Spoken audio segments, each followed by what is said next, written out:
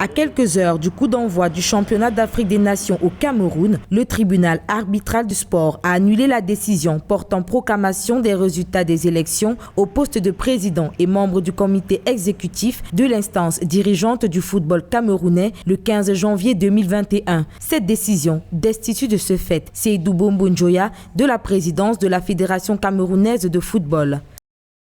Le TAS, le tribunal arbitral du sport, donne la latitude à la FIFA, soit de mettre sur pied un comité de normalisation, ou alors de laisser l'exécutif en place, illégal et illégitime, gérer les affaires courantes, toiletter les textes et aller aux élections, organiser les élections. Ça, c'est la différence par rapport à ce qu'on a vu en 2017 lorsque l'élection de M. Tombi Aroko a été annulée.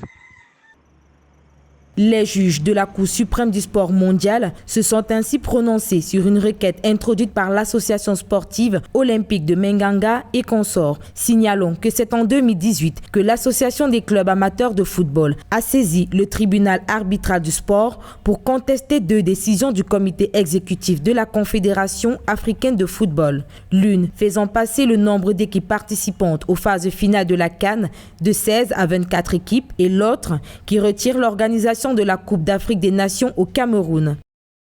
Il n'y a véritablement pas un tsunami au sens de 2017 parce que si la FIFA laisse l'exécutif en place, effectivement, il continuera son travail. Gérer les affaires courantes, toiletter les textes et organiser les élections. La seule différence qui peut y avoir, c'est que le programme sur lequel M.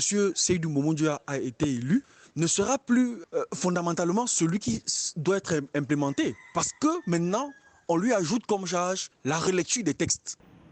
Pour rappel, c'est la seconde annulation d'un processus électoral à la Fédération camerounaise de football. La première était en 2017 sous le règne de Tombi Aroko Sidiki.